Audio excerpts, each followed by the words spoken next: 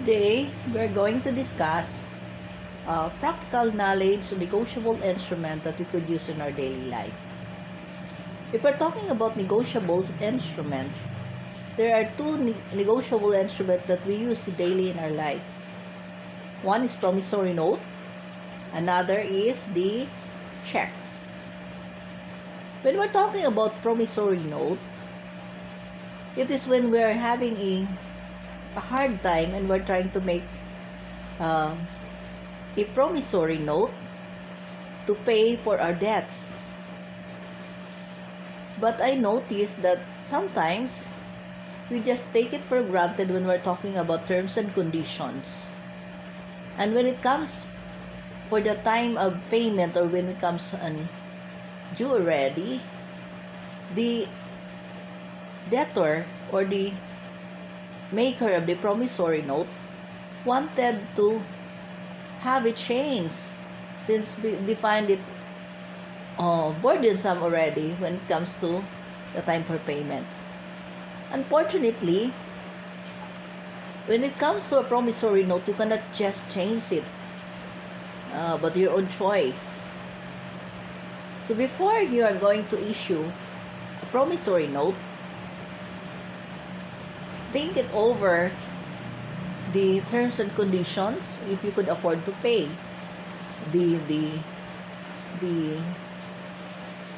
installment, the interest, before signing the promissory note. Once you have signed it and the terms and conditions, you are bound to pay based on the terms and conditions you have signed. So take note of that. Especially also, if you are making a promissory note and you're going to the small-time lender, and sometimes this promissory note can be passed on once the creditor experience also hard times. So take note of that, because sometimes you would believe that it is the creditor or the payee of your promissory note is the only one who could be able to ask you for payment. This is especially so if we're talking about big financial institutions like Land Bank, GSIS, or other lending financial institution. One thing more about being a co-maker. Sometimes we take for granted when our friend asks us to sign as a co-maker or a co-borrower, and make us and we have to sign our name and signature on the promissory note, thinking it was just for a favor.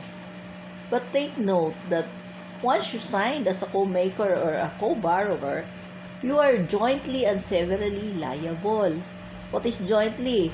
Either you both of you would pay, or if the original or the original, your friend who is the maker of the promissory note, is not able to pay and have no capacity to pay, then you have to pay the whole amount. So take note of that. Okay, we go now to check.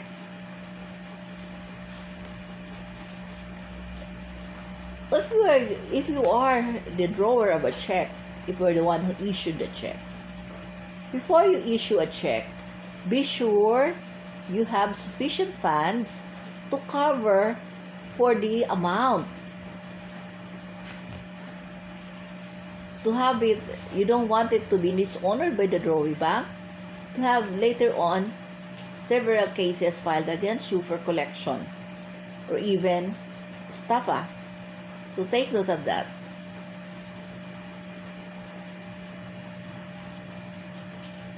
Second, there's a need for you to secure your unissued check, to secure and to keep it safe. So it would not be uh, misappropriated by other person. You do not entrust your check to unreliable persons. Okay? That's a no-no.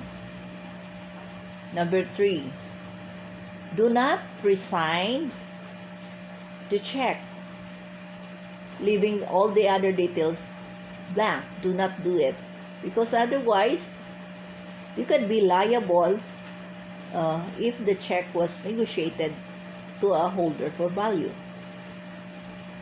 Number 4,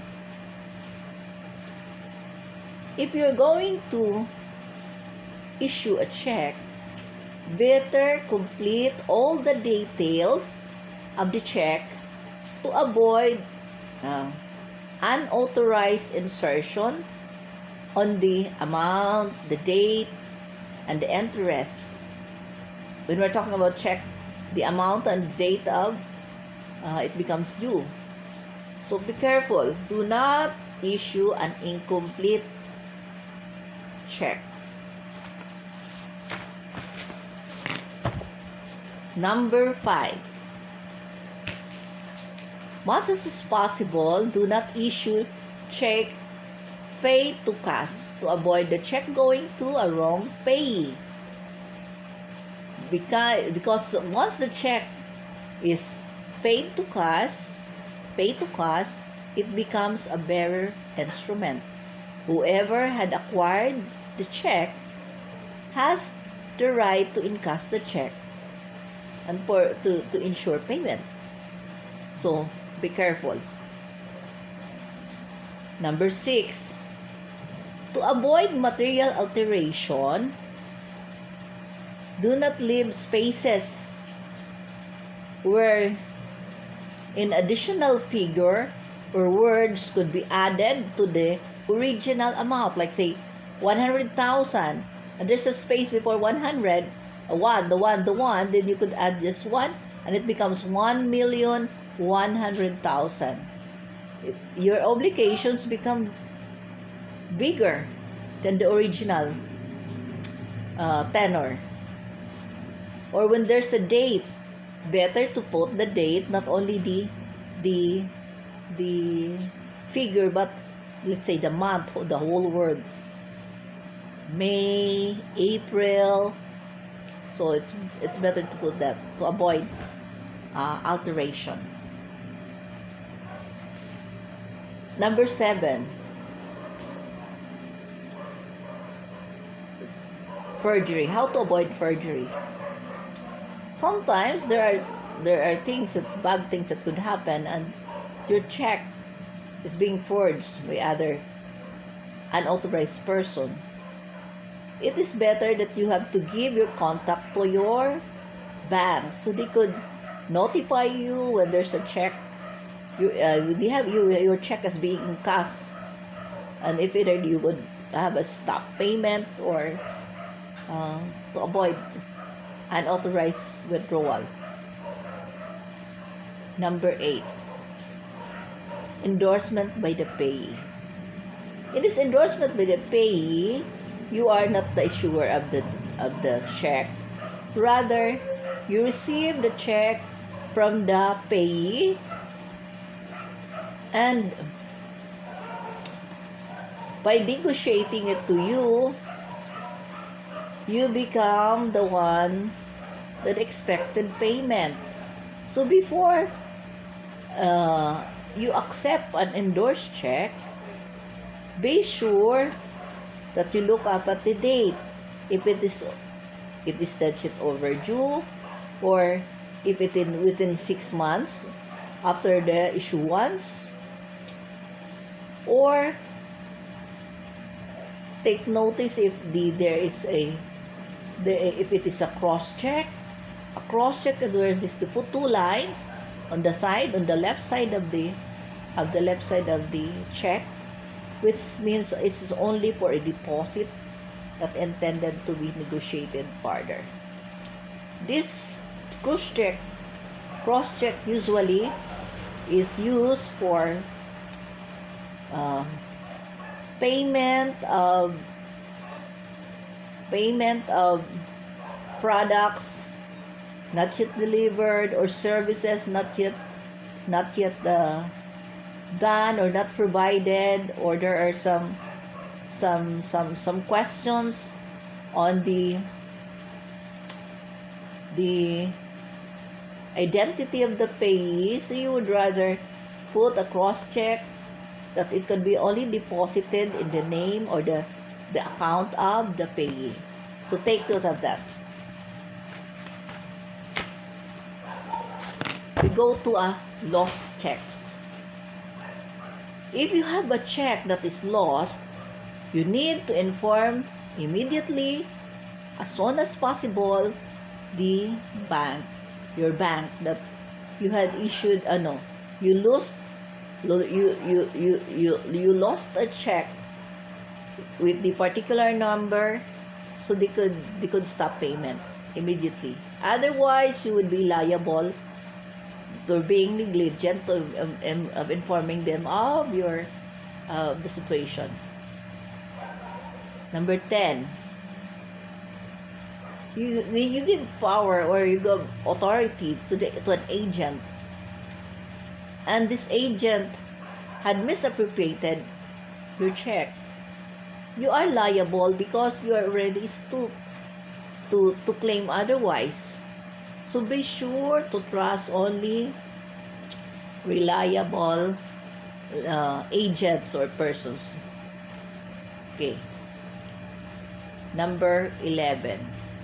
When it comes to rediscounted check. What is rediscounting?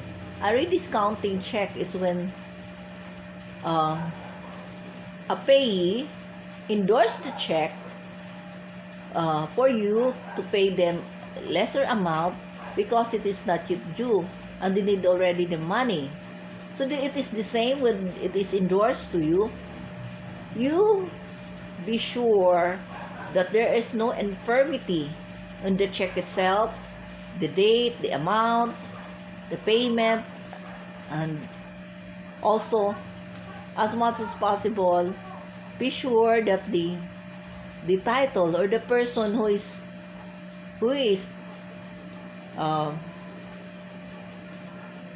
receiving, whom you receive the check, has the capacity to receive that. You can check what is the purpose of the check, or when it is going to be due, and even you can call the bank if the check is good. So that are the practical knowledge that you need to learn on negotiable instrument to can use on your daily life outside the law school. Okay.